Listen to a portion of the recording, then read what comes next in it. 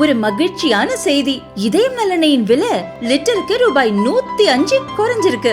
September 2023ல 1 litre இதயம் நல்லெண்ணெயின் அதிகபட்ச விலை ரூபாய் 503. ஆனா இப்ப 1 லிட்டர் இதயம் நல்லெண்ணெயின் விலை ரூபாய் 398 மட்டும்தான் தமிழ்நாட்டுல.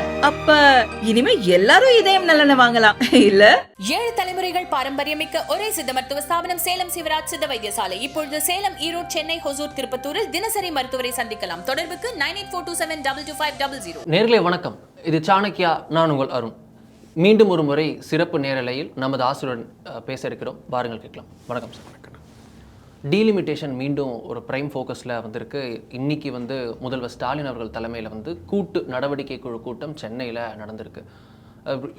எல்லாருமே எதிர்பார்த்தபடி திரு பினராயி விஜயன் அவர்களோ இல்லை கர்நாடக காங்கிரஸ்லேருந்து யாரோ சித்தராமையா அவர்களோ டிகே சிவகுமார் அவர்களோ இல்லை ரேவந்த் ரெட்டி வருவதோ அதெல்லாம் நமக்கு ஆச்சரியமில்லை. ஆனால் இம்முறை ஒரு கூடுதல் ரெஸ்பான்ஸாக, அதாவது இந்த இண்டி அப்புறம் அவங்களுடைய பிராக்கெட் அவங்களுடைய அலையன்ஸை தாண்டி முதல் முறையாக நவீன் பட்நாயக் அவருடைய ரெஸ்பான்ஸ்க்கு வந்திருக்கு. ஜெகன்மோகன் ரெட்டி வரல, ஆனாலும் அவர் லெட்டர் அனுப்பியிருக்காரு பிரதமருக்கு.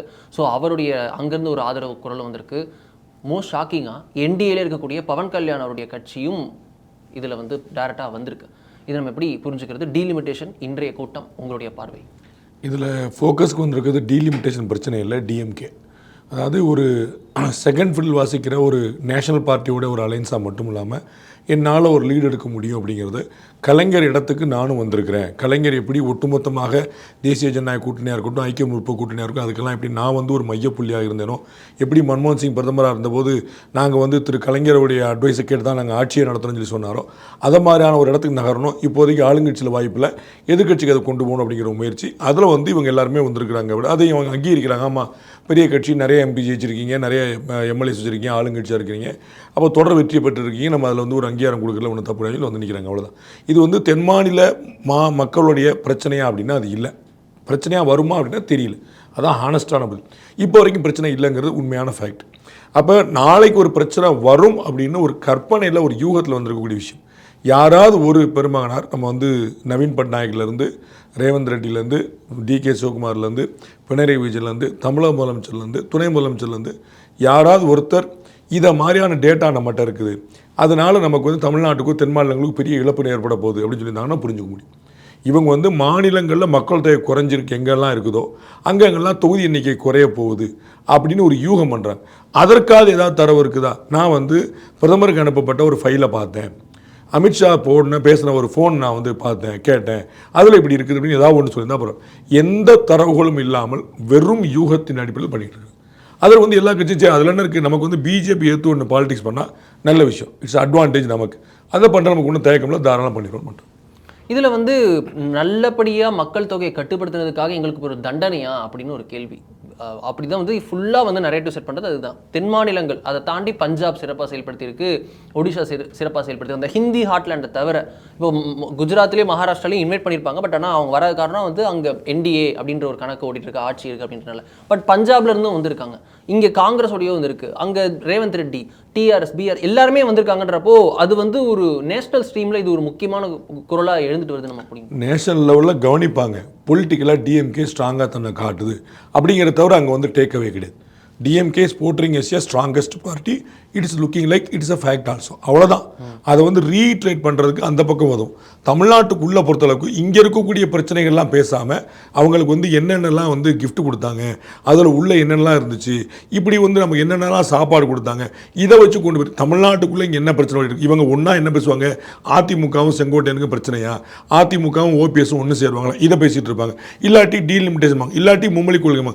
இப்போ தமிழ்நாட்டுக்குள்ளே ஒரு பிரச்சனை ஓடிட்டு இருக்கு, அதை பற்றி பேசுவாங்களா? பேச மாட்டாங்க. நான் ஏற்கனவே வேற ஒரு பேட்டில் சொன்னேன், ஒரு தொலைக்காட்சியில் விவாதத்துக்கு தலைப்பு வச்சுருக்காங்க, தமிழ்நாட்டில் சட்டம் ஒழுங்கு பிரச்சனை ஏன் தொடர் விவாத பொருளாக இருக்கிறது. அன்னைக்கு விவாதத்துடைய தலைப்பு இது. தமிழ்நாட்டுடைய சட்டம் ஒழுங்கு பிரச்சனை சரியாக இருக்குது, சரியா இல்லை, உங்களுடைய தொலைக்காட்சியோட பாலிசியின் அடிப்படையில் சரியாக இருக்குன்னு சொல்லி முடிச்சுட்டு போங்க, ஒன்றும் தப்பு கிடையாது, அது உங்களுடைய உரிமை இல்லை, அது நம்ம அடுத்தவங்களுக்கு தர முடியும். ஆனால் அந்த தலைப்பை கூட நீங்கள் எப்படி வச்சுருக்கீங்கன்னு யோசிக்கும். அப்போ இதுதான் போயிட்டு இருக்கு. அப்போ வந்து பொலிட்டிக்கலாக இந்த பக்கம் எட்டியே பார்க்காதீங்க, அந்த பக்கம் பார்த்துக்கோங்க. அதில் வந்து ஒரு பெரிய ஸ்ட்ராங்கானது நேஷனல் லெவலில் காங்கிரஸ் நாளைக்கு வந்து டிஎம்கே ஒரு சும்மா ஒரு டேக்கன் கிராண்டாக எடுத்துட முடியாது. அவங்களுக்கு வந்து ஒரு ஸ்ட்ராங்கான பொசிஷன். ஆம் ஆத்மி கட்சி டெல்லியில் தோத்துட்டு வந்து வெற்றி வாய்ப்பு இழந்திருக்காங்க. கேரளாவில் தவிர கம்யூனிஸ்ட்கள் வேறு எங்கேயுமே இல்லை. காங்கிரஸ் கட்சி திமுகவை நம்பி இருக்க வேண்டிய இடத்துல இருக்குது. அப்போ நான் வந்து இப்போ தனியாக இருப்போனா சேர்ந்துருப்பேனான்னு தெரியாமல் டெல்லியில் தனியாக போட்டிட்ட பகவந்த் மானை உள்ளே கூட்டு வரேன் ஆம் ஆத்மி கட்சியிலேருந்து. என்டியில் இதற்கு முன்னாடி வந்து நல்ல நட்புறவு பாட்டிட்டு இருந்த நவீன் பட்நாயக் கூட்டு வந்துருக்கிறேன். என்டியில் இருக்கக்கூடிய ஆட்கள்லேருந்து ஒரு ஸ்டேட்லேருந்து கொண்டு வரேன். இப்படி போது நான் ஒரு பெரிய ஆள் அப்படின்னு காட்டுறேன். அதில் வந்து என்ன சந்தேகம், திமுக பெரிய ஆளுங்கிறதுலையோ பெரிய கட்சிகளையோ எந்த குழப்பமும். அதை தாண்டி என்ன வருது, மக்கள் தொகையை கட்டுப்படுத்துறவங்களுக்கு தண்டனையா அப்படின்னு நீங்கள் வந்து குஜராத்தை கேட்டு பார்க்க வேண்டியதானே, நீங்கள் மகாராஷ்டிரா கேட்டு பார்க்க வேண்டியதானே, அவங்களும் கட்டுப்படுத்திருக்கிறாங்கல்ல. அப்போ மக்கள் தொகை கட்டுப்படுத்துகிற பிரச்சனை இல்லை, பாலிடிக்ஸ் பிரச்சனை. அங்கே ஏன் நீங்கள் கூப்பிடலை, அவங்க ஏன் வரல? சரி, அங்கே இருக்கக்கூடிய எதிர்க்கட்சிகள் வர வேண்டியதானே. கேரளாவில் எதிர்க்கட்சி வந்திருக்குல்ல, ஒடிசாவில் எதிர்க்கட்சி வந்திருக்குல்ல, சரிங்களா. இப்போ குஜராத்தில் எதிர்க்கட்சி காங்கிரஸ் தானே கூப்பிட வேண்டியதானே, மகாராஷ்டிராவில் எதிர்க்கட்சி காங்கிரஸ் தானே கூப்பிட வேண்டியதானே, சரத்பவாரை கூப்பிட வேண்டியதானே, அவங்க எதிர்க்கட்சி தானே. நான் சொல்லுவேன், ஆளுங்கட்சி குஜராத்துடைய முதலமைச்சர் வரமாட்டார், மகாராஷ்டிராவுடைய தேவேந்திர பட்னாவிஸ் வரமாட்டார். ஏன் அங்கே உள்ள எதிர்க்கட்சியில் வரலாம்ல? மொத்தமாக எதிர்க்கட்சியை சேர்ந்த 14 பேர் வந்து தமிழ்நாட்டு பிரதிநிதிகளை தவிர மற்றவங்க வந்திருக்காங்க. தமிழ்நாட்டு பிரதிநிதிகளை தவிர மற்றவங்க வந்தவங்க வந்து 14 பேர் எண்ணிக்கை பேர் லிஸ்ட்டே கொடுத்துருக்காங்க. அந்த 14 பேரில் 8 பேர் கேரளாலேருந்து, அவுட் ஆஃப் 14 8 வரும் கேரளா. கேரளா காங்கிரஸ், கேரளா முதலமைச்சர், இன்னொரு இஸ்லாமிய கட்சி, ஒரு குட்டி கட்சி, ஒரு எம்எல்ஏ அவர் பேரில் இருக்கக்கூடிய ஒரு கட்சின்னு ஒரு 8 பேர் வந்து நிற்கிறாங்க. அது மாதிரி நீங்கள் மகாராஷ்டிராவில் 4 பேர் கொண்டு வந்து தானே, அது மாதிரி வந்து குஜராத்தில் 4 பேர் கொண்டு வந்து தானே. காங்கிரஸ் கட்சி தான் உங்களுக்கு உடன்படும்ல. அப்போ பிரச்சனை தென் மாநிலங்களோ மக்கள் தொகை கட்டுப்படுத்துறதோ இல்லை. தென் மாநிலங்களில் பகவத் மாத் எங்கேருந்து வந்தாருன்னு கேட்போம், சரிங்களா. மக்கள் தொகை கட்டுப்படுத்துறேன்னு குஜராத்தும் மகாராஷ்டிராவும் ஏன் வரலன்னு. சரி, குஜராத் மகாராஷ்டிரா ஆளுங்கட்சி, அங்கே உள்ள எதிர்கட்சி ஏன் வரலன்னு. அங்கே உள்ள எதிர்கட்சி காங்கிரஸ் தானே. அப்போ காங்கிரஸ் வந்திருக்கலாம்ல, ஒன்றும் பிரச்சனை இல்லை. அப்போ மல்லிகார்ஜுன மன்னிக்கணும், சித்தராமையாவோ ரேவந்த் ரெட்டியோ டிகே சிவகுமாரோ காங்கிரஸ் ரெப்ரஸன்டேட்டிவாக கூட வரல, அவங்களுடைய மாநிலத்துக்கான கணக்கில் வந்திருக்கிறாங்க. நான் தான் வேற ஒரு பேரில் கேட்டேன், மல்லிகார்ஜுன கார்கே வந்திருக்க வேண்டியதானே, அவர் கர்நாடகாக்காரர் தானே, அவர் மாட்டேன்னு சொல்லிடுவாரா? அவருக்கு இந்த மாநில பிரச்சனை புரியும்ல. சரி, யூபியில் போவோம். யூபியில் வந்து ஆதாயம் அடைக்குது, அதனால நாங்கள் யூபியை கூப்பிட மாட்டோம். அந்த இந்திய கூட்டில் உங்கள் கூட இருந்தார்ல அகிலேஷ் யாதவ், அவரை கூப்பிட்டுருக்கலாம்ல. அக்கா மம்தா பானர்ஜிக்கு வேற ஏதோ வேலை இருந்துச்சு, முதலமைச்சர்கிட்ட பேசிட்டாங்க, முதலமைச்சர் பேசிட்டாங்க, அவங்க ரெப்ரஸன்டேட்டிவ் அனுப்பியிருக்கலாம்ல. நவீன் பட்நாயக் கூட தான் வர முடியல, சித்தராமையா கூட தான் வர முடியல, அவங்களுடைய எம்எல்ஏ எம்பி கட்சி தலைவர் யாருமே இல்லையா?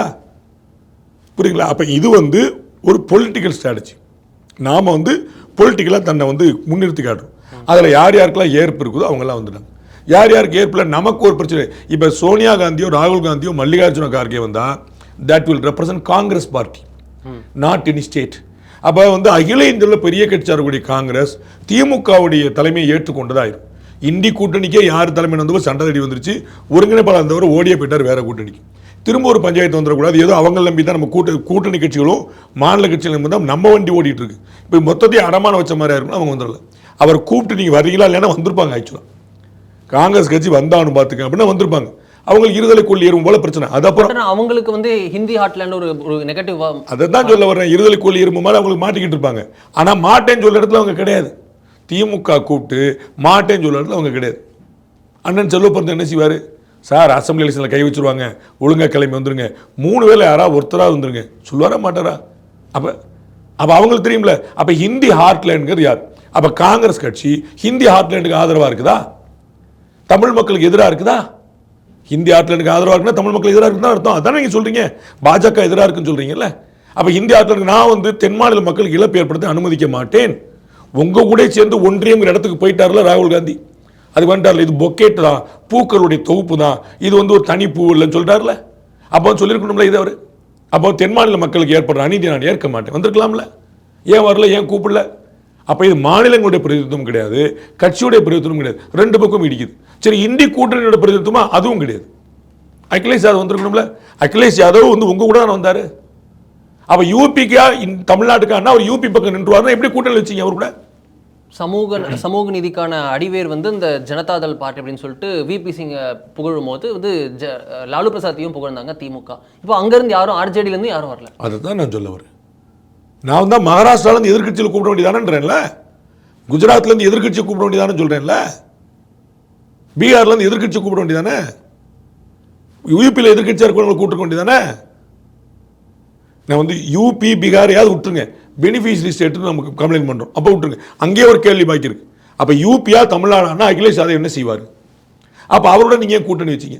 யூபியா தமிழ்நாடுனா அவர் யூபி தானே சார் செய்வார், அதானே சார் நியாயம் அப்படின்னு சொல்லி புரிஞ்சுக்கிறேன். அப்போ அவரோட ஏன் கூட்டணி வச்சிங்க? சகோதரர்கள் வேற சொல்லிக்கிட்டாங்க. அதான் அப்போ எனக்கு அநீதியை ஒன்று நடந்துருன்னா அதை ஆதரிக்கக்கூடிய ஒருத்தர் எப்படி எனக்கு நண்பர் இருப்பார்? அப்போ ஒன்று நீ வடக்கு தெற்கன்னு பிரிச்சிருங்க, இல்லை காங்கிரஸ் நான் காங்கிரஸ் பிரிச்சிருங்க, பிஜேபி நான் பிஜேபி. எந்த கணக்கில் இருக்குது? தென் மாநிலங்கள் கணக்கில் இல்லை, மக்கள் தொகை கணக்கில் இல்லை, பிஜேபி ஆளு மாநிலங்கள் கணக்கில் இல்லை. எங்கே போனாலும் 2 இடிக்கும் பார்த்துக்குது. அப்போ என்ன இதில் புரிஞ்சுக்கிறீங்க? திமுக தன்னை அகில இந்தியாவில் ரொம்ப ஸ்ட்ராங்காக ப்ரொஜெக்ட் பண்ணுறதுக்கு ஒரு முயற்சி. இப்போ வந்து போராட்டம் ஆர்ப்பாட்டம் பண்ணால் கூட தமிழ்நாடு எம்பிக்கள் பண்ணாங்கன்னா 30-40 எம்பிகள் வெளியே நிற்பாங்க. மற்ற எந்த கட்சிக்கும் அவ்வளோ கிடையாது, காங்கிரஸ் தவிர. நாம் காங்கிரஸ் நம்மளாட்டு காங்கிரஸும் சேர்த்தா கூட்டணி சேர்த்தான்னு சொல்லுவேன். அப்போ இவ்வளோ பெருசாக வந்து ஒரு பெருசாக மாசம் அன்றைக்கி டிஷர்ட் போட்டு போகிறாங்க நம்ம ஊர் எம்பிக்கள் தான். அப்போ வந்து அது பார்லிமெண்ட்டு 2 முறை ஒத்திக்க வேண்டியது. அப்போ தமிழ்நாடு மட்டும் இல்லாமல் இந்தியா அஜெண்டாவை செட் பண்ணுறதுக்கு திமுக முயற்சிக்குது. அது வாய்ப்பு இருக்குப்பா, நம்மளால் ஒன்றும் தடுக்க முடியாதுன்னு கையப்ப செஞ்சுட்டு உட்காந்துருக்காங்க மற்ற கட்சிகள்லாம். இப்போ எதிர்த்து பேசினா சிக்கலாக இருக்கிறவங்களாம் கூட வந்து நின்றுறாங்க. இவ்வளோதான். மக்கள் டீலிமிட்டேஷன் தான் பிரச்சனைன்னு வச்சுக்கு. இதற்கு முன்னாடி 3 முறை டீலிமிட்டேஷன் நடந்திருக்கு. சுதந்திர காலத்துலேருந்து 51, 61, 71 3 முறை நடந்ததில் நம்பர் மாறி இருக்கு. 400 543 வந்திருக்கும். கிட்டத்தட்ட ஒரு 80-90 சீட் வந்து மாறி வந்திருக்கும். யாருக்கு அநீதி நடந்துச்சு? அன்னைக்கு மேலையும் காங்கிரஸ், கீழையும் காங்கிரஸ்.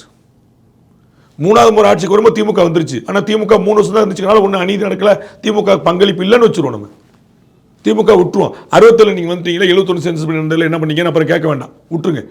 3 மேலையும் காங்கிரஸ் கீழே என்ன அநீதி நடந்துச்சு?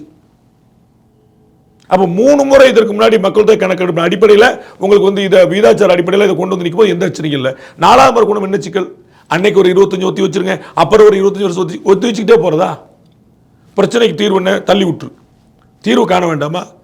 காவிரி பிரச்சனைக்கு தீர்வு வந்துருச்சு, முல்லை பெரியாருக்கு தீர்வு வந்துருச்சு, கச்சத்தீவு காரணம் என்ன தெரிஞ்சு போச்சு, காஷ்மீர் பிரச்சனை முடிஞ்சு போச்சு, அயோத்தி பிரச்சனை முடிஞ்சு போச்சு.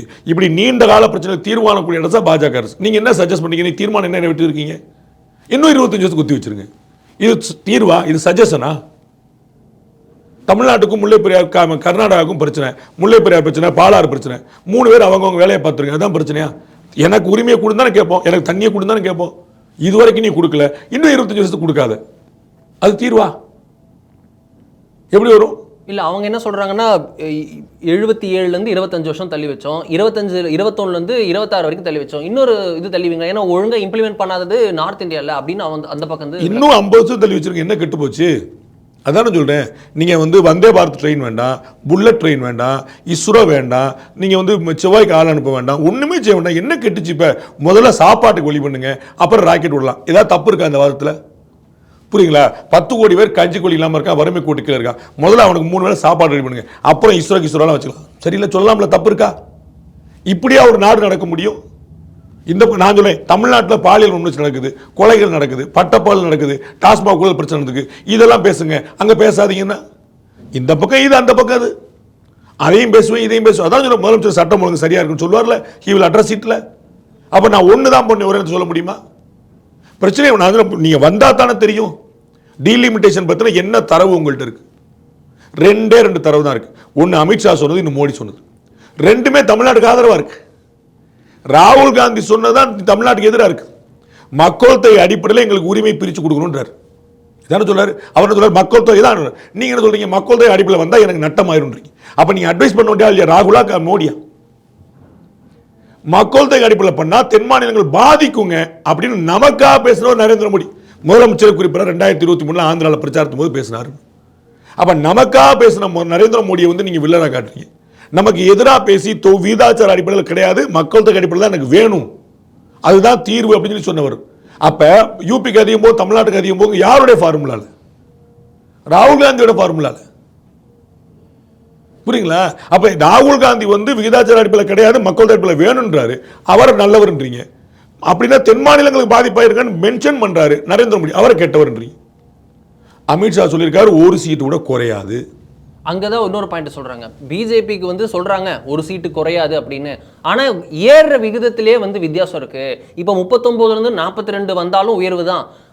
யூபிக்கு வந்து அங்க வந்து 80ல இருந்து 140 ஆனா பெரிய உயர்வு. ரொம்ப தெளிவா அந்த வார்த்தையை பயன்படுத்திட்டாங்க, ப்ரோ ரேட்டா அடிப்படையில் அப்படின்னு. அப்போ மக்கள் தொகை அடிப்படையில் கிடையாது, இன்னைக்கு இருக்கிற விகிதாச்சார அடிப்படையில் சொல்லிட்டாங்க.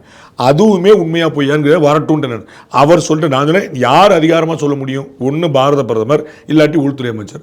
2 பேரும் இதுக்கு ஆதரவாக இருக்கிறாங்க. அவங்க ஒன்று உத்தரவாதம் குறையாதுன்ட்டாங்க, 2 விகிதாச்சார அடிப்படையில் சொல்லிட்டாங்க. விகிதாச்சார அடிப்படையில் அப்படியே தான் வந்து நிற்க போய் நமக்கு ரேஷியோ வந்து 7.17, இந்த ரேஷியோ மாற போகிறதில்ல. எத்தனாயிரம் சீட்டாக மாற்றினாலும் நம்ம ரேஷியோ மாற போகிறதில்ல. நமக்கு இதில் வந்து 543ல் 39 எங்கே இருக்குதோ அதே தான் 1000லையும் இருக்க போகுது, எங்கேயுமே மாற போதில்லை. அந்த ரேஷியோ மாற இந்த உத்தரவாதம் கொடுத்துட்டாங்க. நாளைக்கு மாறினா நம்மகிட்ட 100 தீர்வு இருக்குது. இன்றைக்கே முதலமைச்சர் பேசுகிறாரு, இதுக்கான பிரச்சனையில் வந்தால் சட்ட தீர்வுக்கு நம்ம வழி சொல்லணும், நம்ம எல்லாம் ஒன்றா ஏற்பாடு பண்ணணும். அது இருக்கவே இருக்குல்ல. நாளைக்கு தமிழ்நாட்டுக்கு 30 MP தாங்க, 8 போச்சுங்க 9 போச்சுங்க அப்படின்னு சொன்னால் நம்ம கேஸ் போடாமல் விட்டுருவோமா? அன்னைக்கு திமுக ஆட்சியில் இருக்குது, அதிமுக ஆட்சி யார் இருந்தாலும் போடாமல் விட்டுருவாங்களா? காவிரி பிரச்சனைக்கு 2 கட்சிகளும் போராடலையா? இவங்க போது அவங்க விட்டாங்களா? அப்போ நமக்கு ஒரு உரிமை வச்சு 2 ஒரு சண்டை போட்டு தான் நடிக்கவா செய்யணும்ல. அப்போ அன்னைக்கு ஒரு தீர்மானம், நமக்கு வந்து முதல்ல சென்சஸ் நடக்கணும், அதற்கு பிறகு இந்த டீலிமிட்டேஷன் நடக்கணும், அதற்கு பிறகு வந்து மகளிர் இடஒதுக்கீடு கொடுக்கணும். இந்த 3 ரெடி பண்ணி தான் 2029 எலெக்ஷன் நடக்கணும். ரைட்? அப்போ நீங்கள் ஒன்றா வரட்டும். இப்போ ஒரே நாடு ஒரே தேசம் சொன்னாங்களா? சண்டைக்கு போனீங்களா? அண்ணன் வில்சன் MP எழுதி கொடுத்துருக்கக்கூடிய அந்த பல 100 பக்கங்களுடைய டாக்குமெண்ட் உள்ள சேர்ந்தானே போயிருக்கு. உங்களை கேட்காம விட்டாங்களா? திமுக குரல் பதிவு பண்ணாமல் இருக்கா? அப்போ தமிழ்நாடு முழுக்க, இந்தியா முழுக்க எல்லா கட்சிகளும் எல்லாரும் பேசி நிருந்து போய் தானே கொடுத்துருக்காங்க. அப்போ நாளைக்கு இது சிவன் டீலிமிட்டேஷன் எப்படி சிவன் சொல்லுவாங்க, ஒரு ஃபார்முலா சொல்லுவாங்கல்ல. அப்போ நமக்கு ஒரு நம்பர் அரைவ் ஆகும்ல, நமக்கு லாப நட்டம் வரும்ல, அன்னைக்கு பேசலாம்ல. அப்போ நம்ம விஜிலண்டாக இருக்கணும், ஒன்றா இருக்கணும், அலர்ட்டாக இருக்கணும், ரொம்ப சரி. ஆனால் நட்டம் இழப்பு இது என்ன கணக்கு, எந்த அடிப்படையில் அதை யோசிக்கிட்டீங்களா? 14 பேருக்கு 8 பேர் ஒரு மாநிலத்தை சேர்ந்தவங்க. என்ன ரெப்ரசன்டேஷன் எனக்கு தெரியல. இருமொழி கொள்கையை நம்ம நேற்று வரைக்கும் சண்டை போட்டுருந்தோம். மும்மொழி கொள்கை எல்லாருக்கும் எல்லா கட்சியிலையும் எல்லா ஊர்லேயும் லாங்குவேஜில் போட்டு வச்சுருக்கீங்க. தமிழ்நாடு தானே, தமிழ்நாடு அரசு தான் நடத்துது. இங்கே இருமொழி கொள்கை தான். எல்லாருடைய பேரையும் தமிழில் போடுவேன், இங்கிலீஷில் போடுவேன். எதுக்கு தெலுங்கில் போட்டோம், எதுக்கு கன்னடத்தில் போட்டோம், எதுக்கு மலையாளத்தில் போட்டோம், எதுக்கு ஒடியாவில் போட்டோம், எதுக்கு பஞ்சாபியில் போட்டோம், இத்தனை மொழியில் எதுக்கு போட்டோம்? சரி, இத்தனை மொழியிலையும் போட்டிருக்கோமே, இது போட்டால் சரியா தப்பான்னு யாருக்கு தெரியும்? அந்த மொழி தெரிஞ்சவருக்கு தானே தெரியும். அந்த மொழி 2 மொழி கற்றவர் எப்படி அத்தனை மொழி கற்றுக்கிட்டாரு? அப்போ இது நார்த் இந்தியாவில் அடிச்சு வாங்கினதா, தமிழ்நாட்டில் அடிக்கலையா? சரி, அது பின்னாடி உட்கார்ந்துருக்கூடிய பெருமக்களுக்கு அத்தனை ஒரு மொழி மாற்றம் பண்ணாங்களே, எல்லா மொழியிலும் மொழி மாற்றம் பண்ணாங்க. ஒடியாவில், தமிழில், இங்கிலீஷில், தெலுங்கில், மலையாளத்தில், கன்னடத்தில், பஞ்சாபியில். இங்கே தமிழக முதலமைச்சர் பேசும்போது எல்லா லாங்குவேஜும் நடக்குது. கேரளா முதலமைச்சர் பேசும்போது எல்லா லாங்குவேஜ் முதலமைச்சரும் பேசும்போது எல்லாருக்கும் எல்லா லாங்குவேஜும் டிரான்ஸ்லேஷன் நடக்குது. அவங்கெல்லாம் எந்த மொழி கற்றுக்கிட்டவங்க? ஒன்று அவங்கெல்லாம் ஹிந்தி தமிழ் தெரிஞ்சிருக்கணும், இல்லாட்டி வந்து மலையாளம் இங்கிலீஷ் தெரிஞ்சிருக்கணும். மற்ற மொழி எப்படி தெரிஞ்சது? மற்ற மொழி எதுக்கு தெரிஞ்சிருக்கணும்? யாரை நீங்கள் வேலைக்கு வச்சிங்க? இந்த 8 மொழியில் மொழிபெயர்ப்பு பண்ணுறதுக்கு ஆள் வச்சிங்கல்ல, இருமொழி கொள்கையில் படித்து வந்தவங்களுக்கா? தமிழ்லேருந்து இங்கிலீஷ், இங்கிலீஷ்லேருந்து தமிழ், அப்படி தானே? இல்லையே, தமிழ்லேருந்து மலையாளம், தமிழ்லேருந்து கேரளம், கன்னடம், தமிழ்லேருந்து தெலுங்கு, தமிழ்லேருந்து பஞ்சாபி, தமிழ்லேருந்து ஹிந்தி, தமிழ்லேருந்து இங்கிலீஷ், இவ்வளோ டிரான்ஸ்லேஷன் நடந்திருக்கு. 2 மொழி கொள்கையில் படித்தவங்க எப்படி இவ்வளோ மொழி தெரிஞ்சது? அப்போ சிபிஎஸ்சி ஸ்கூலில் படித்து வந்தவங்க, இல்லாட்டி வெளிமாநில சேர்ந்தவங்க கூட நீங்கள் வார்த்தை கொடுத்துருப்பீங்க. உள்ள ஒரு பஞ்சாபியே உட்காந்து வந்தார் டிரான்ஸ்லேஷனில். தமிழ்நாட்டில் உள்ள பஞ்சாபி எப்படி வேலைக்கு வந்தார்? புரியுங்களா? இந்த மும்மொழி கொள்கையில் நம்ம என்ன சொல்கிறோன்னு புரிஞ்சுக்கணும். என்னென்னலாம் இருக்கோ அது வாய்ப்படுத்து. சரி, நானும் சொல்கிறேன், இதில் ஹிந்தியை யாரும் திணிக்கல, சரிங்களா? தேசிய கல்விக் கொள்கை ஹிந்தி எங்கே திணிக்கிறதுக்கு? அவங்க ஹிந்தி தான் சொல்லணும் சொன்னாங்க. 3வது மொழி ஹிந்தி சொன்னாங்களா? Any Indian language. இப்போ நீங்கள் என்ன பண்ணீங்க? Any Indian language. அதான நீங்கள் என்ன பண்ணீங்களோ அதான செய்ய சொல்லியிருக்காங்க. அப்போ நம்ம என்ன எதிர்த்துட்டு இருக்கிறோம்? ஒரு கண்ணு முன்னாடி இல்லாத, பிறக்கவே பிறக்காத ஒரு பிரச்சனையை பெருசாக்கிட்டு. அதற்கு முன்னாடி அண்ணாமலை சொன்னது போல கேரளாவோட பிரச்சனை இருக்கு. முல்லைப்பெரியார் 152 உயர்த்தணும் உச்சநீதிமன்றம் உத்தரவு போட்டுச்சு. இன்னைக்கு வரைக்கும் 150 தொட முடிஞ்சான்னு. ஜெயலலிதா அவர்கள் இருந்தபோது ஒரே முறை டெஸ்ட் பண்ணுறக்கா ஏற்றி பேர் 151 வரைக்கும் போச்சு நினைக்கிறேன். If I am not wrong.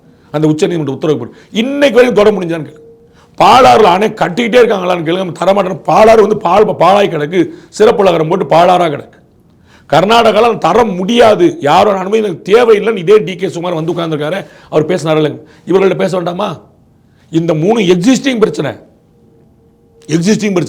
அது இல்லாத பிரச்சனை. எக்ஸிஸ்டிங் பிரச்சனை பற்றி சம்பந்தப்பட்டவங்கள்ட்ட பற்றி பேசவே இல்லை, இல்லாத ஒரு பிரச்சனை பற்றி பேசிட்டு. அப்போ தான் இந்த நெரேட்டிவ் அப்படிங்கிறது. இந்த இடத்துல நரேட்டிவ்ல எப்படி டிஎம்கே சக்சீட் ஆகுன்ற பாயிண்ட் வருது. ஏன்னா முன்னாடி நீட்டுக்காக அவங்க கடிதம் எழுதினதை பார்த்தோம். அதுக்கு நீட்டு கடிதத்துக்கு ரெஸ்பான்ஸ் இல்லை, கடிதத்துக்கே ரெஸ்பான்ஸ் இல்லை. பட் ஆனால் இங்கே ஒரு அழைப்பு விடுத்து நவீன் பட்நாயக் வர முடியாத ஒரு வீடியோ போடுறாரு, மித்தவங்களாம் வந்து உட்காடுறாங்க. அப்படின்னா இது டிஎம்கே அவங்க எலெக்ஷன்ஸுக்கு நேரத்தில் நரேட்டிவ் செட் பண்ணுறாங்க, ஈல்டா ஓகே. மித்த கட்சிகள் ஏன் இது ஈல்ட் ஆகணும்? நட்பு பாராட்டில் என்ன தப்பு இருக்குது? நான் என் வீட்டு கல்யாணத்துக்கு நட்பு பாராட்டலையே. என் வீட்டு கல்யாணத்துக்கு நீங்கள் உங்களை அழைக்கிறேன்னா நீங்கள் வந்து எனக்கு நண்பராக உறவினராக இருக்கணும்னு அவசியம் இல்லைல்ல. அதுக்கு வந்து என் கொள்கையில் நீங்கள் உடன்பட்டு இருக்கணுங்கிற அவசியமே இல்லைல்ல. அது நம்ம சாதாரண போய் நிற்போம். இதில் என்ன இருக்குது? அவங்க வந்து தமிழ்நாட்டில் ஒரு கல்யாணம் பண்ணுறாங்க, ஜாலியாக வாங்க டீலிமிட்டேஷன் பற்றி பேசுவோம், சரி வாங்க நம்மளும் வரோம். இதில் என்ன இருக்குது? இதில் என்ன தப்பு இருக்குது? பட் நீட் நேரத்தில் அவங்க இது மாதிரி எந்த ரெஸ்பான்ஸுமே கொடுக்கலையே. அவங்க நீட்டில் இருந்தாங்கல்ல, அவங்களுக்கு இருந்துருச்சு இல்லை, அவங்க நீட்டில் எழுதிட்டு இருக்காங்க, தமிழ்நாடு நீட் எழுதிட்டு இருக்குல்ல, அவ்வளோதான். இதில் முழுக்க முழுக்க அந்தந்த ஸ்டேட்டோடைய அந்தந்த ரீஜனோட பொலிட்டிக்கல் ஆஸ்பிரேஷன் தான் வேறு ஒன்று தான் சொன்னேன். உங்களுக்கு காங்கிரஸ் கட்சியே வரல, மகாராஷ்டிராலையும் இங்கே குஜராத்தில் கூட எதிர்கட்சிகள் ஏன் வரல? நீங்கள் பிஜேபி தானே பிரச்சனை, அது சொல்லுங்க. சரி, பிஜேபிக்கு எதிராக தானே காங்கிரஸை கூப்பிடுங்க. உங்களுக்கு புரியுதுங்களா? இங்கே பிரச்சனை காங்கிரஸும் கம்யூனிஸ்டும் கேரளாவில் வெட்டுக்கூத்து தகராறு ஓடிட்டு இருக்கு. 2 பேரும் வந்து உட்காந்துருக்கீங்கல்ல. அப்போ காங்கிரஸ் ரெப்ரசன்டேட்டிவ் வரலாம்ல. கர்நாடகாவிலேருந்து காங்கிரஸ் வந்திருக்கிறார்ல, தெலுங்கானாலேருந்து காங்கிரஸ் வந்திருக்கிறார்ல, கேரளாவிலேருந்து காங்கிரஸ் வந்திருக்கிறார்ல, புதுச்சேரியிலேருந்து காங்கிரஸ் கூப்பிட வேண்டியதானே? நம்ம சொல்ல போறீங்களா? நீங்கள் வெஸ்ட் பெங்கால்லேருந்து காங்கிரஸ் கூப்பிட வேண்டியதானே? மகாராஷ்டிராவிலேருந்து குஜராத்தில் காங்கிரஸ் கட்சி ஒன்றும் பிரச்சனை இல்லைல்ல. அங்கே மாநிலத்தில் மக்கள் தொகை குறைவாக இருக்குல்ல. இப்போ உங்களுக்கு ஃபேக்சுவலாக ஒன்றும் பிரச்சனை இல்லை. அதான் இது பாலிடிக்ஸை தவிர இங்கே ஒன்றும் கிடையாது. எண்ணிக்கையே அதிகாரம்னு முதலமைச்சர் சொல்கிறார். எண்ணிக்கை தான் பலம் அப்படின்றார். சரிங்களா? மைனாரிட்டிக்காக எப்படி உழைப்பார்? மைனாரிட்டி அந்த எண்ணிக்கை இருக்குதா? அப்போ மைனாரிட்டிக்கு எதிராக ஒன்று செய்யலாம்னு சொல்கிறாங்களா? எண்ணிக்கை அதிகாரம் 80% இந்துக்கள் தான், எல்லாமே இந்துக்களுக்கு தான் சொல்லி சொன்னால் ஒத்துக்குவாங்களா, இல்லாட்டி சொல்ல போகிறாங்களா? சரி, அதனால வந்து சரியான வாய்ப்பை வந்து கொடுக்கணும். அவர் சொல்றாரு, இதனால வந்து இந்த டீலிமிட்டேஷன் வந்ததுனால பெண்கள் பாதிக்கப்படுவார்கள், பட்டியலினத்தவர்கள் பாதிக்கப்படுவார்கள், மாநிலங்கள் பாதிக்கப்படும். சரிங்களா? சமூக நீதி சொல்ற. தமிழ்நாட்டில் எத்தனை பெண் அமைச்சர்கள் இருக்கிறாங்க? 33% இடஒதுக்கீடு வந்து மேண்டேட் ஆக்கி கான்ஸ்டியூஷன் திருத்திருச்சு பிஜேபி. நாளைக்கு வரப்போற எம்பிக்கள் 2029 வரக்கூடிய எம்பிக்கள் 33% பெண்கள் இருக்க போறாங்க. தமிழ்நாட்டு அமைச்சர்கள் 35 அமைச்சர்கள், முதலமைச்சர் ஆரம்பிச்சு 35 அமைச்சர்கள், 2 பேர் பெண்கள். எத்தனை பர்சன்டேஜ்? 33% வந்தால் எவ்வளோ வந்திருக்கணும்? 11 எம்எல்ஏக்கள் அமைச்சர்களாக இருக்கணும். பெண்கள் வந்திருக்காங்களா? கட்சியில் கூட நான் சொல்லலை, அரசில் வச்சு கட்சியில் வந்து உங்கள் கட்சி நீங்கள் கட்சி வளர்க்கணும், கட்சியில் செஞ்சுருக்காங்களா? ஆட்சியில் செஞ்சுருக்காங்களா? சிறுபான்மையின் எத்தனை பேர்? அப்போ எண்ணிக்கை அதிகாரம், அந்த அதிகாரத்தில் வந்து எண்ணிக்கை வரணும், ரெப்ரசன்டேஷன் இருக்குன்னா பெண்களுக்கான ரெப்ரசன்டேஷன் எங்கே? சிறுபான்மை மக்களுக்கான ரெப்ரசன்டேஷன் எங்கே? பட்டியல் ரெப்ரசன்ட் ஏற்கனவே சொன்னேன். ஆராசாவை பெரம்பலூர்லேருந்து ஊட்டிக்கு எதுக்கு அனுப்புனீங்க? ஆராசால ஒரு பெரம்பலூர்ல ஒரு பட்டியல், ஊட்டியில் ஒரு பட்டியல், 2 பட்டியல் கிடைச்சிருக்கும்ல. பெரம்பலூர் பொதுத்து தானே, பொதுல இருந்து நீங்க KN நேருடைய பையன் அனுப்பிட்டீங்கல்ல. இப்போ ஒரு பட்டியலும் கிடையாதுல்ல. அங்கேயே ஆராசா இருந்துச்சு தானே, எனக்கு அவர் ஒரு பட்டியல் தோறா இருப்பார், வீட்டில் ஒரு பட்டியல், 2 பட்டியல் தோற கிடைச்சிருப்பாங்கல்ல. ஆராசா வந்து அந்த தொகுதியில் போட்டியிடக்கூடியவர் தானே, அவர் சொந்த ஊர் தானே, அவருக்கு வெல்லக்கூடிய வல்லமை, ஊட்டியில் போய் வெல்லக்கூடிய வல்லமை வந்துருச்சு. அடுத்த ஊரில் போய் அவர் சொந்த ஊரில் வென்றிருக்க மாட்டாரா? அப்போ பட்டியலத்துக்கான பிரதிநிதித்துவம், பெண்களுக்கான பிரதிநிதித்துவம், சிறுபான்மை மக்கள் எதில் அந்த பிரதிநிதித்துவம் கொடுக்கப்பட்டிருக்கு? அப்போ இவங்க நோக்கம் என்ன தெரியுது? டீலிமிட்டேஷன் இல்லை, அது இல்லாத பிரச்சனை. டீலிமிட்டேஷனே இல்லை. ஆக்சுவலாக டீலிமிட்டேஷன் யாராவது ஒரு பெருமக்கள், யாராவது ஒரு அமைச்சர், முதலமைச்சர், யாராவது ஒருத்தர் வந்திருந்த பெருமக்கள் யாராவது ஒருத்தர் டேட்டா சொல்லியிருக்காங்களா? 8 குறையும் எதன் அடிப்படையில்? 12 குறையும் எதன் அடிப்படையில்? 848 வரப்போகுது எதன் அடிப்படையில்? 2 வெள்ளக்காரங்க கொடுத்த ரிப்போர்ட்னால. அதற்கு நமக்கு என்ன சம்பந்தம்? இந்தியா நாசமா போகணும் ஒருத்தங்க ஒத்துக்கிடுவீங்களா? இந்தியா சூப்பரா பண்ணது IMFல சொல்றானே ஒரு வெள்ளக்காரன், வேர்ல்டு பேங்க்ல சொல்றானே ஒரு வெள்ளக்காரன், UNல சொல்றானே ஒரு வெள்ளக்காரன், ஃபாஸ்டஸ்ட் growth இந்தியாவில் தான் இருக்கு, ஒத்துக்கிடுவீங்களா? 70% மேல GDP growth காட்டின 2 நாடு இந்தியாவும் சைனா. உலகத்திலேயே அமெரிக்கா கூட கிடையாது, ரஷ்யா கிடையாது, எந்த நாடு கிடையாது. உலகத்திலே 70% மேல GDP growth காட்டின நாடு இந்தியா. சொல்லியிருக்கானே, யார் ஏத்துக்கிட்டீங்க, யார் பாராட்டினீங்க? உங்களுக்கு புரியல? டேட்டா தானுங்க, ஃபேக்ட் அடுத்தவன் சொன்னது தானுங்க. அப்போ எவனொருத்தர் பூச்சாண்டி காட்டினா எடுத்துக்கிறீங்க, அதே மாதிரி எவனொருத்தர் அப்ரிஷியேட் பண்ண சேர்க்க மாட்டேன்றீங்க. ஊடகங்கள்லாம் ஃபேர் டீலிமிட்டேஷனுக்கு ட்ரெண்டிங்கில் போகுதுன்னா, இதற்கு முன்னாடி உள்ள ட்ரெண்டிங்லாம் நீங்கள் என்னைக்காவது போட்டிருக்கீங்களா? இன்னைக்கு தான் போடுறீங்க. என்னைக்கு அப்புறம்? கோபேக் மோடிக்கு அப்புறம் ட்ரெண்டிங் இன்னைக்கு தான் காட்டுறீங்க. இதற்கு அப்புறம் 4 சவால் விட்டு நிறைய சேலஞ்சு போச்சு, ஏதாவது போட்டிருக்கீங்களா? அப்போ என்ன விரும்புகிறாங்க இவங்க? நான் எதை சொல்கிறேன்னு அதை பேசு, மற்றது யோசிக்காது. இந்த விஷயத்தில் வந்து பார்க்குறோம், 25 வருஷத்துக்கு தள்ளி வைங்க அப்படின்னு கனிமொழி அவர்கள் சொல்கிறாங்க. 25 வருஷத்துக்கு தள்ளி வைக்கிறாங்க அப்படின்னா இந்த 543ன்றது இப்போ 140 கோடி மக்களுக்கு இருக்கக்கூடிய இந்த 543 1970 நம்ம 80 கோடி பேர் மக்கள் இருந்த போது வந்தது. இப்போ 143. இன்னொரு 25 வருஷத்துக்கு தள்ளி வைக்கும் போது 170 கோடியாக இருக்கலாம். அப்போயே 543 நிற்க வைக்க சொல்கிறாங்களா? எப்படி புரிஞ்சுக்கிறது? அதனால தான் ஜாதிவாரி கணக்கெடுப்பு நடத்தலையா? இவங்களுடைய எண்ணம் மக்கள் தொகை கணக்கெடுப்பே நிறுத்தி வச்சிடணும், டீலிமிட்டேஷனே நிறுத்தி வச்சிடணும், பெண்கள் இடஒதுக்கீடே நிறுத்தி வச்சிடணும். மக்கள் தொகை கணக்கெடுப்பு நடத்தாமல் பெண்கள் இடஒதுக்கீடு எப்படி கொடுக்க முடியும்? டீலிமிட்டேஷன் கொடுக்காம பெண்கள் இடஒதுக்கீடு எப்படி கொடுக்க முடியும்? புரியுங்களா? அமேத்தியோ ரேபரலி பெண்களுக்கான ஒதுக்கினா ராகுல் காந்தி சண்டைக்கு வர மாட்டாரா? என்னையே குறிவிச்சு பண்ணுறாங்கன்னு சொல்ல வர மாட்டாரா? அப்போ எந்த தொகுதி கொடுக்கணும்னு ஒரு கணக்கு இருக்கா இல்லையா? அப்போ எவ்வளோ தொகுதி இருக்குன்னு தெரிஞ்சால் தானே செய்ய முடியும். அப்போ மக்கள் தொகை கணக்கெடுப்பு வேண்டாம், அதன் அடிப்படையில் தொகுதி மறுவரே வேண்டாம், அதன் அடிப்படையில் பெண்கள் ஒதுக்கீடு வேண்டாம். அப்போ உங்களுக்கு நோக்கம் என்ன? பெண்கள் ஒதுக்கீடு வேண்டாங்கிறது அவங்களே இருப்பாரா? சரி, ஜாதி வாரி கணக்கெடுப்பு நம்மகிட்ட தான் இருந்துச்சு, கணக்கெடுப்பு நடத்துறது அங்கே வேண்டாம், அதுக்காக தான் இங்கே நடத்தாமல் இருக்கீங்களா? இங்கே நடத்தலாம்ல. இதே தெலுங்கானா நடத்திருச்சுல, இதே பீகார் நடத்திருச்சுல, இதே கர்நாடகா நடத்திருச்சுல, வந்தவங்கள்ட்ட கேட்டுக்கலாம்ல, எப்படிப்பா நீ நடத்தின? இது இல்லீகலாச்சே, நம்மளால் நடத்த முடியாது, நமக்கு அதிகாரம் கிடையாது, மத்திய அரசு நீ எப்படி நடத்தின கேட்டுக்கலாம்ல. தெலுங்கானா கேட்டால் ரேவந்த் ரெட்டி வந்தார்ல சொல்லியிருப்பார்ல, DK சிவகுமார் வந்தார்ல சொல்லியிருப்பார்ல. தமிழ்நாட்டிலே நடத்த மாட்டோம், தமிழ்நாட்டில் நடத்தி இடஒதுக்கீடு அடிப்படையில் நீங்கள் அப்போ என்ன தமிழ்நாட்டில் ஜாதி வாரி கணக்கு நடத்தினா ஜாதிக்கு ஏற்ற மாதிரி இடஒதுக்கீடு கொடுக்க வேண்டி வந்துடும். அப்போ அது வேண்டான்றீங்களா? மக்கள் தொகைக்கு ஏற்ற மாதிரி கணக்கெடுப்பு கூடாது, அதே மாதிரி ஜாதிக்கு ஏற்ற மாதிரி இடஒதுக்கீடு கூடாதுங்கிறது அவங்க கொள்கையா? அதுக்காக தான் நடத்தாமல் இருக்கீங்களா? புரியுதா நான் சொல்லுது? இந்த லாஜிக் ஒன்று அங்கே அப்ளை பண்ணுங்க, இல்லை இங்கே அப்ளை பண்ணுங்க, ரெண்டுக்கு வேற வேறு லாஜிக் வச்சிருக்கீங்களே. இங்கே இடஒதுக்கீடு கேட்குறேன்னு சொல்றாங்க, எவ்வளோ மக்கள் தொகை அவ்வளோ இடஒதுக்கீடு, அதை வேணும்னு திமுக அரசும் கேட்குது. ஜாதி வாக்கு நடத்துங்கன்னா நடத்த மாட்டேன்றாங்க, மற்ற ஸ்டேட்டில் நடத்திட்டாங்களா பேசவே மாட்டேன்றாங்க. அவங்களுக்கு எப்படி நடந்துச்சு? அவங்க சொந்த காசு நடத்திட்டாங்களா? அது மற்ற பேச மாட்டேன்றாங்க. மத்திய அரசு நடத்தும் தான் சொல்லிட்டு இருக்காங்களே. அதுதான் சொல்ல வரேங்க. அப்படி பாலத்துக்கு அங்கே போடணும், மது ஒழிப்பு வரணும், அண்ணன் திருமாவளவன் சொல்லுவார், அதை மத்திய அரசு செய்யணும். குஜராத் எப்படிங்க செஞ்சது, பீகார் எப்படிங்க செஞ்சது, மத்திய அரசு செய்யணும். என்ன புரியவே இல்லையே. அப்போ நம்மகிட்ட இருக்க மாநில சுயாட்சி அதிகாரம் நீங்கள் தான் பேசுறீங்க, அந்த அதிகாரத்தை நீங்கள் மத்திய அரசு கொடுக்குறீங்க. நீ என்னப்பா சொல்றது? நான் ஜாதி வாரி கணக்கு நடத்துவேன் சொல்லணும், நீ என்ன தடுக்கிறது? நான் நடத்தல சொல்லணும். இல்லை இல்லை நான் நடத்த மாட்டேன், நீங்கள் நடத்தணுன்றீங்க. அந்த பக்கம் வந்து மக்கள் தொகை அடிப்படையில் ஜாதி வாரி இடஒதுக்கீடு கொடுக்கக்கூடாது, இந்த போக்கில் மக்கள் தொகை அடிப்படையில் பண்ணிடுவாங்க. எனக்கு புரியவே இல்லையே. அப்போ ஏன் நடத்த மாட்டுறாங்க? இது வந்து ஒரு அதான் திரும்ப திரும்ப சொல்றேன், எந்த பக்கம் எந்த பேராமீட்டரை வச்சு பார்த்தாலும் இதில் அரசியல் தவிர வேறு எதுவும் இல்லை. ஒரு ஃபேக்ட் ஒரு டேட்டா இருந்தால் நம்ம யோசிக்கலாம். இல்லைங்க அமித்ஷா வந்து இப்படி மாற்றி சொல்லிட்டு போயிட்டாரு, நரேந்திர மோடி வேற பேசிட்டாரு, அவர்கள் தான் தென் மாநிலங்களுக்கு ஆதரவாக பேசியிருக்காங்க. அப்பெல்லாம் யோசிக்க என்னன்னு. இதுல வந்து மத்திய அரசு இந்த பிஜேபி அரசுனாலே எப்பயும் வந்து நிதியாகட்டும் ஆதரவாகட்டும் எல்லாத்தையும் வந்து மாற்றாந்தாய் மனப்போக்கு தான் பண்றாங்க அப்படின்ட்டு பினராயி விஜயன் அவர்கள் விமர்சனம். தமிழக முதலமைச்சர் சொல்லியிருக்கிறார், கனிமொழி அவர்கள் பிரஸ் மீட்லையும் சொல்லியிருக்காங்க, தமிழக பாஜக மட்டும் இல்லைங்க ஆல் இண்டியா பாஜக அப்படி தான் வஞ்சத்தோடு செய்யணும். எதுலன்னு சொல்லணும்ல. நான் ஒரு சரியில்லைன்னு எதுலன்னு சொல்லாமல் நீங்கள் சொல்லிட்டு அப்படின்னு அர்த்தம். அவங்க வந்து நோக்கம் வந்து ஒரு டேட்டாவை சொன்னாங்கன்னா அதுக்கு பதில் சொல்லிடுவாங்க. போன வருஷம் நீங்கள் ஜிஎஸ்டி இவ்வளோ கொடுத்தீங்க, இவ்வளோ கம்மியாக கொடுத்துருக்கீங்க. மாநிலங்களுக்கான நிதி பகிர்வே 32% 48% வரைக்கும் கூட்டியிருக்கு இந்த பிஜேபி 11 வருஷம் ஆட்சியில்.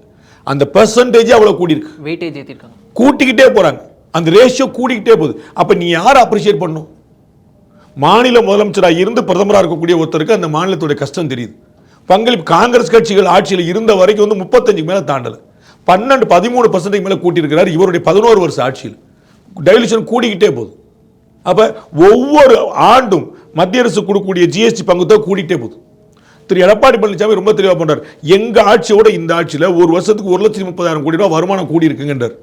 நாங்கள் பண்ண சரக்கு விற்பனை, நாங்கள் பண்ண பத்திரப்பதிவு விற்பனை, எங்கள் ஆட்சியில் நடந்த மத்திய அரசுக்கான வருமானம், இது எல்லாமே அவங்களுக்கு எவ்வளோ வந்துச்சோ அதை விட 1.25 லட்சம் கோடி கூடி இருக்குங்கன்றார். அப்புறம் கடனுக்கு வாங்கிட்டே போகிறோம். மத்திய அரசு வந்து கூடுதலாக 30,000 கோடி கொடுத்துருக்குன்னு இவர் பதிவு பண்றார். அவர் ஒன்றும் பிஜேபி கூட்டணி இல்லைல்ல. திரு எடப்பாடி பழனிசாமி மத்திய அரசுடைய வருவாய் பகிர்வு கூடி இருக்கு, எங்க ஆட்சியில் இருந்தோட கூடிருச்சுங்க அப்படின்றார். 30,000 கோடி ரூபா மாசத்துக்கு 2,500 கோடி ரூபா. புரியுங்களா? மகளிர் சுய உதவி தொகையை விட கூட அது 1,500 கோடி தான். 2,500 ரூபாய் மாச கணக்கு மத்திய அரசுடைய கூடுதல் பகிர்வு மட்டும். மத்திய அரசு மொத்த ஷேர்ல வருஷத்துக்கு 30,000 கோடி வச்சுக்கூடாது, எங்களுக்கு கொடுத்ததை விட கூட 30,000 கோடி வந்துகிட்டு இருக்குன்றார். என்ன கணக்கில் சொல்றீங்க? எந்த டேட்டா உண்மையா இருக்கு? உரிமையை பறிக்கிறாங்க. நான் தான் எப்பதான் சொன்னேன், உரிமை நீங்க தான் கொடுக்குறீங்க. ஜாதிவாரி கணப்படும் நம்ம நடத்தலாம்னா நீங்க நடத்துங்கன்றீங்க. இதுதான உரிமையை கொடுக்கிறது? கல்விக்காக எதுக்கு நீதி கேட்குறீங்க? இதே பஞ்சாப் அரசு கேட்க முடியாது பகவத் மான்ட்ட. எப்படிப்பா நீ வந்து வேணாம்னு, உன் சிஸ்டமும் வேண்டாம், உன் பிஎம்சியும் வேண்டாம், ஃபண்டு வேண்டாம், கேள்வியே இல்லையே. பார்லிமெண்ட்ல யாரும் ஆம் ஆத்மி கட்சி சண்டை போடலையே. உங்கள் ஸ்கீமே வேண்டாம் வேண்டாம் போயிட்டாங்கல்ல, நீங்கள் ஸ்கீம் வேணும்னு கேட்குறீங்க, காசு கொடுக்க, ஸ்கீம் வேண்டாம்னு சொல்றீங்க, காசு கொடுக்கணும், எப்படி செய்வாங்க? அப்போ இவர்கள் நெரேட்டிவ் செட் பண்ணிகிட்டே போகிறாங்க, அஜெண்டா செட் பண்ணிட்டே போகிறாங்க, உள்ள ஃபேக்ட் இருக்கான இல்லை. அவங்களுக்கு வந்து நல்ல வலுவான ஊடகம் இருக்குது, வலுவான குரல் இருக்குது, தென் மாநிலங்களில் நிறைய பேர் வர்றக்கான முதலமைச்சர் இருக்கிறாங்க, ஆமாம் ஆமாம் ஆமாம் ஆமாம் அப்படியே போயிட்டு இருக்கு. இந்த விஷயத்துக்கு எதிராக நேரடியாக திரு அண்ணாமலை அவர்கள் கருப்பு கொடி போராட்டம் நடத்தினதை பார்த்தோம். அதுக்கப்புறம் கொடுத்த பேட்டியும் நம்ம பார்த்தோம். இது நீங்கள் எப்படி பார்க்குறீங்க? ஒரு பலவீனமான போராட்டமாக பார்த்துருக்கேன். இன்னும் ஒரு பலமான போராட்டம் நடத்தியிருந்திருக்கலாம் அவங்க, அதற்கான சந்தர்ப்பம் இருந்தது. ஒருவேளை பெருந்தன்மை காரணமாக விட்டாங்களே என்னமோ. கெஸ்ட் வந்திருக்கிறாங்க, வெளி மாநிலங்கள்லேருந்து நிறைய நண்பர்கள் வந்திருக்கிறாங்க, நம்ம தேவையில்லாமல் அவங்கள டிஸ்டர்ப் பண்ணக்கூடாதுன்னு நினச்சிருக்கலாம். நம்ம வந்து மாநிலத்துடைய பிரச்சனையாக நம்ம பார்ப்போம், திமுக இருக்கிறதுக்கு இன்னும் ஒரு வருஷம் இருக்குது, நிறைய சண்டை போடலாம், இந்த இடத்துல வேண்டாம்னு நினச்சிருக்கலாம். அவர்கள் வந்து தமிழ்நாடு முழுக்க அவங்க வீட்டு வாசல்லையும் எத்தனை ஃபோட்டோ போடுவீங்க? நம்ம சேனலில் விட்டு எல்லாத்துலேயும் தமிழிசை சுந்தராஜனோட ஃபோட்டோவும் அண்ணாமலை ஃபோட்டோ 2 ஃபோட்டோ, ஏதோ இடத்துல காரைக்குடியில் திரு எச் ராஜா ஃபோட்டோ பார்த்தோம், யாருடைய ஃபோட்டோ பார்க்க அவங்க எல்லாம் 3 பேர் வச்சுருக்காங்க. அவங்க வீட்டில் கூடிய எத்தணும்ல, அப்போ இவங்க வீட்டில் திரும்பாங்க. 4 பேரோட எச் ராஜா பார்க்க முடியுதா? 6 பேரோடைய தமிழிசை பார்க்க முடியாது? அவங்க 1000 பேர் கூட்டக்கூடியவங்க இல்லையா? அப்போ எல்லாரும் சேர்ந்து ஒரு 3 இடத்துல ஒரு முற்றுகை போராட்டம், தலைமைச் செயலகம் இல்லாட்டி அந்த ஐடிசி இல்லாட்டி ஒரு ஆர்ப்பாட்டம், ஒரு கண்டனம், பேரணி 100 நடத்திருக்கலாம்ல. வேண்டாங்க, இந்த பக்கம் சேப்பாக்கத்தில் ஒரு பொதுக்கூட்டம் நடத்திட்டு இருக்கலாம்ல, வள்ளூர் கூட்டத்தில் ஒரு பொதுக்கூட்டம் நடத்திருக்கலாம்ல, காலைல 9 மணி சாயந்தரம் வரைக்கும். அப்போ எல்லாரும் பேசிகிட்டு இருப்பீங்களா? இங்கே ஒரு லைவ் கிடைக்கும்ல, ஒரு கண்டென்ட் ஓடி இருக்கும்ல. அப்போ நிறைய வேறு மாதிரி போராட்டம் அவங்களுக்கு தெரியும், அவங்களுக்கு தெரியாது கிடையாது. அவங்க பெருந்தன்மை காரணமாக விட்டாங்களா வேறு காரணம் விட்டாங்களா எனக்கு தெரியாது. ஓகே, இப்படி அண்ணாமலை அவர்கள் ஒரு பக்கம் போராடுறாரு. காலையில் ஏர்போர்ட்லேருந்து வந்தோன்னே டிகே சிவகுமார் கிட்ட கேட்குறாங்க, இதை உங்கள் அண்ணாமலைங்க வந்து தமிழ்நாட்டில் பிஜேபி எதிர்ப்பு தெரிவிக்கிறாங்களே அப்படின்னு. அது வந்து ஐ நோ ஹிம், அவர் வந்து எங்கள் ஸ்டேட்டில் ஒரு ஆஃபீஸராக இருந்தவர் தான், புவர் மேன் அப்படின்னு சொல்லிட்டு போகிறாரு. ஒரு பொலிட்டிக்கல் அது வந்து நீ அது வந்து அதுக்கு திரு அண்ணாமலை அவர்களும் பதிலடி கொடுத்தாரு. ஆமாம், அவர் வந்து நீங்கள் வந்து அவரை கவுத்திட்டு நீங்கள் வர்றதுக்கும் வாழ்த்துக்கள், சித்தராமையா கவுத்திட்டு நீங்கள் முதலமைச்சர் வர்றதுக்கும் வாழ்த்துக்கள், இவர் அவரை கேலி பண்ணுறாரு, அவர் கேள்வி பண்ணுறாரு, அதெல்லாம் வெறும் பாலிடிக்ஸ். அதில் வந்து நமக்கு ஒன்றும் அதில் அப்படி ஒன்று நம்ம யோசிக்கவில்லை. முதலமைச்சர் இன்னைக்கு பேசும்போது மணிப்பூருடைய கலவரம் டெல்லியில் பார்லிமெண்ட்டில் ஈடுபடாமல் போனதுக்கான காரணம் அவங்களுக்கு போதுமான எம்பிகள் இல்லைன்றார். சரிங்களா? அப்போ அரியலூரில் எத்தனை எம்எல்ஏ இருக்கிறாங்க? அப்போ அரியலூர் புறக்கணிக்கப்பட்டிருக்கு, அதனால தானா?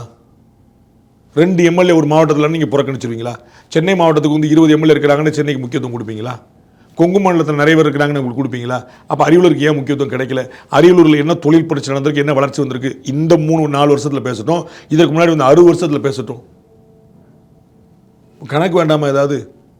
அப்போ வந்து இவங்க வந்து அவங்க சொல்லக்கூடிய உதாரணங்கள் ரெப்ரசன்டேஷன்லையாவது ஏதாவது வந்து ஒரு ஃபேக்ட் இருக்குதான்னு பார்க்க வேண்டாமா? வட மாவட்டங்கள் பூரா வஞ்சிக்கப்பட்டிருக்கு, யாரா மறுப்பாங்களா? விழுப்புரத்தில் வச்சு, கடலூரில் வச்சு, தருமபுரியிலேருந்து, கிருஷ்ணகிரிலேருந்து ஏதாவது ஒன்று வளர்ந்துருக்கா? வேலூர்லேருந்து, திருவண்ணாமலையிலேருந்து வட மாவட்டங்களுக்கு தான் போதிய எம்பிக்களும் இருக்காங்களே, ஏன் வஞ்சிக்கப்படுறாங்க? நீங்கள் நிறையா ஜெயிக்கிறீங்களே, ஏன் வஞ்சிக்கப்படுறாங்க? ஒரு கோயம்புத்தூர் போல், ஒரு மதுரை போல், ஒரு திருச்சி போல், ஒரு சென்னை போல், காஞ்சிபுரம், செங்கல்பட்டு போல் நான் சொன்ன இந்த மாவட்டம் வளர்ந்துருக்குன்னு யாராவது சொல்லட்டும், அதிமுகவில் சொல்லட்டும், திமுகவில் சொல்லட்டும். வேலூருக்கு என்னப்பா, திருவண்ணாமலைக்கு என்னப்பா, கடலூருக்கு என்னப்பா, விழுப்புரத்துக்கு என்னப்பா, தருமபுரி கிருஷ்ணன் என்னப்பா, ஓஹோன் இருக்கு என்னப்பா, கொல்ல உனக்கு அப்படின்னு யாராவது சொல்லட்டும். அப்போ இந்த மாவட்டங்கள் ஏன் இத்தனை சுதந்திரம் பெற்றது, ஏன் இத்தனை மாதமாக இப்படி மோசமாக இருக்காங்க? 60 வருஷமாக உங்கள் ஆட்சி தான் நடந்துட்டு இருக்கு. அங்காளி பங்காளி தான் இருப்பா, வேறு யாரும் வரக்கூடாதுன்னு சொல்லிட்டு இருக்கீங்கல்ல. அப்போ நீங்கள் இத்தனை மாவட்டங்கள் ஏன் புறக்கணிச்சிருக்கீங்க? அங்கே அரியலூர்லையாவது எம்பிக்கள் கம்மி, எம்எல்ஏக்கள் கம்மி, ரைட். இந்த இத்தனை மாவட்டங்கள், தென் மாவட்ட, வட மாவட்டங்கள் பூரா சொன்னாங்க, ஏன் வளரலை? என்ன ஊக்கம் கொடுத்துருக்கீங்க? என்ன இன்சென்டிவ் கொடுத்துருக்கீங்க? என்ன கவனிப்பு கொடுத்துருக்கீங்க? எண்ணிக்கை தான் அதிகாரம்னா அதுக்கும் இல்லை, இடஒதுக்கீடுனா அதுக்கும் இல்லை, ஜாதி வாரின்னா அதுக்கும் இல்லை, மணிப்பூர் அரியலூர்னா அதுக்கும் இல்லை. என்ன கணக்கில் இது போகுதுன்னு தெரியணும்ல, அதர் தென் பாலிடிக்ஸ். இந்த மொழி வச்சுலாம் வந்து திருப்பி டைவர்ட் பண்ண முடியாது ஊழல்ல இருந்து அப்படின்னு திரு அமித்ஷா அவர்கள் நேற்று பார்லிமெண்ட்டில் பேசினதை பார்த்தோம். அதற்கு வந்து இன்னைக்கு ரிப்ளை வந்து திரு சேகர் பாபு சொல்கிறார், பாஜக ஒரு செல்லா காசு அப்படின்னு விமர்சிச்சிருக்காரு. அதெல்லாம் சொல்லுவாங்க, ஒன்று 2026 தெரிஞ்சிடும்ல, நம்ம ரொம்ப தூரம் காத்திருக்க வேண்டியது. ஏன்னா பாஜக ஒரு பக்கம் வந்து ஊழல்னு அதை ட்ராக் பண்ணி நரேட்டிவ் எடுக்க பார்க்குது, அதுக்கு மறுபக்கம் திமுக வந்து மொழி அதை வச்சு அந்த ரீஜனல் ஆஸ்பிரேஷன்ஸை வச்சு நரேட்டிவ் எடுக்க பார்க்குது. இந்த மோதல் 26 வரை ரீஜனல் ஆஸ்பிரேஷன் முதல்ல அட்ரஸ் பண்ணப்பட்டிருக்கான்னு பாருங்க. மொழிக்காக குரல் கொடுப்பது திமுக என்றால், இந்த கடந்த 11 வருஷத்துல தமிழுக்கு புதுசாக எக்ஸாம் எழுதுறதுக்கான வாய்ப்பு பிஜேபி எவ்வளோ கொடுக்கப்பட்டிருக்கு? நேற்று பார்லிமெண்ட்டில் அதே அமித்ஷா சொல்லாரு, டிசம்பர் மாதத்துலேருந்து பாருங்க எல்லா மாநிலத்துக்கும் அந்த மாநில மொழியில் நாங்கள் லெட்டர் போடுவோன்றார். அவங்க தேர் ப்ரிப்பேரிங் ஃபார் தட். இன்னைக்கு இங்கே மொழி மாற்றம் வந்து இந்த அனைத்து கட்சி கூட்டத்தில், அனைத்து சில மாநில முதல்வர் கூட்டத்தில் இன்னைக்கு நடந்திருக்கு. இது எவ்வளோ நாளாக வந்து ஐக்கிய முற்போக்கு கூட்டணி ஆட்சியிலேருந்து ஓடிட்டு இருக்கு இங்கே மொழி மாற்றம் டெல்லியில்.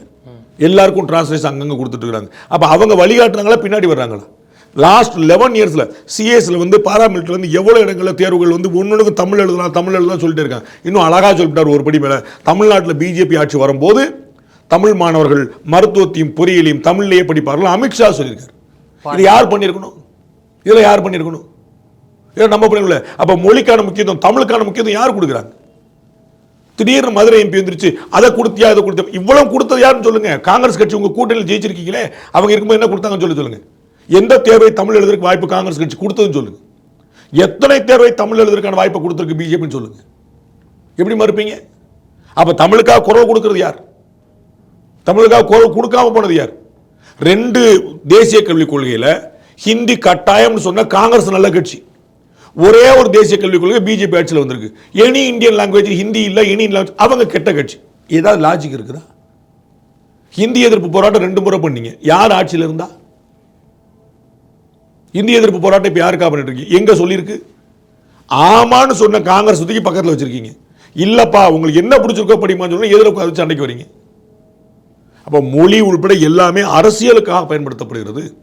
தமிழ்நாட்டில் எல்லா ஆர்டரும் எல்லா ஜீவம் தமிழ்ல வருதா? எல்லா இன்ஸ்ட்ரக்ஷனும் தமிழ்ல வருதா? சொல்லுங்க. தமிழ்நாடு அரசு சொல்லுங்க.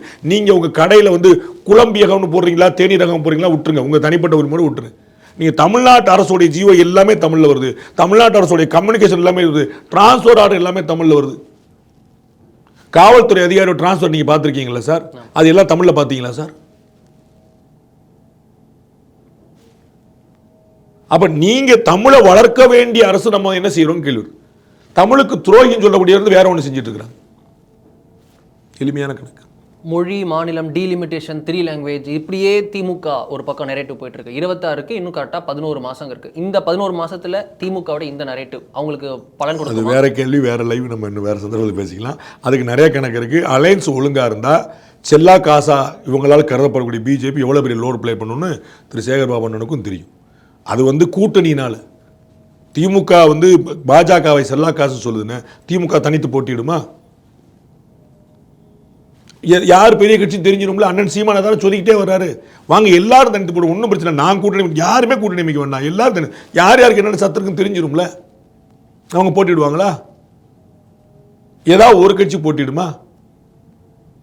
அப்புறம் சில கூட்டணி வச்சாங்கன்னு தெரிஞ்சிட போது யார் இல்லைன்னு. நீங்க கூட்டணி வச்சுட்டீங்க, ஜாம் ஜாம் இருக்கீங்க. அவங்க கூட்டணி வச்சா பதறீங்க. அண்ணன் தங்கம் தனசு பதறாரு. உங்க கூட்டணி யாரா எடுத்துட்டு போறாங்க, கட்சி யாரா எடுத்துட்டு போறாங்க. முன்னாடி என்ன சொல்லிட்டு, ஆமா முன்னாடி என்ன சொல்லிட்டு இருந்தாங்க, நீங்க வந்து அவங்க கூட சேர போறீங்க, கள்ள உறவு, கள்ள கணக்கு, நீங்க சேர போறீங்க, சேர்ந்துருவாங்கங்கிற நம்பிக்கை வந்துருச்சு. இப்ப சேர்ந்துட்டாங்கள பிரச்சனை ஒண்ணு. ஆமா நீங்க வந்து தூக்கிட்டு போற உங்க கட்சியே ஆட்டை போட்டு போயிருவாங்க. அப்ப நீங்க ஏன் கவலைப்படுறீங்க? உங்களதான் வலுவான கூட்டம் இருக்குல்ல. அவங்க என்ன மாலையம் செஞ்சுட்டு போறாங்க?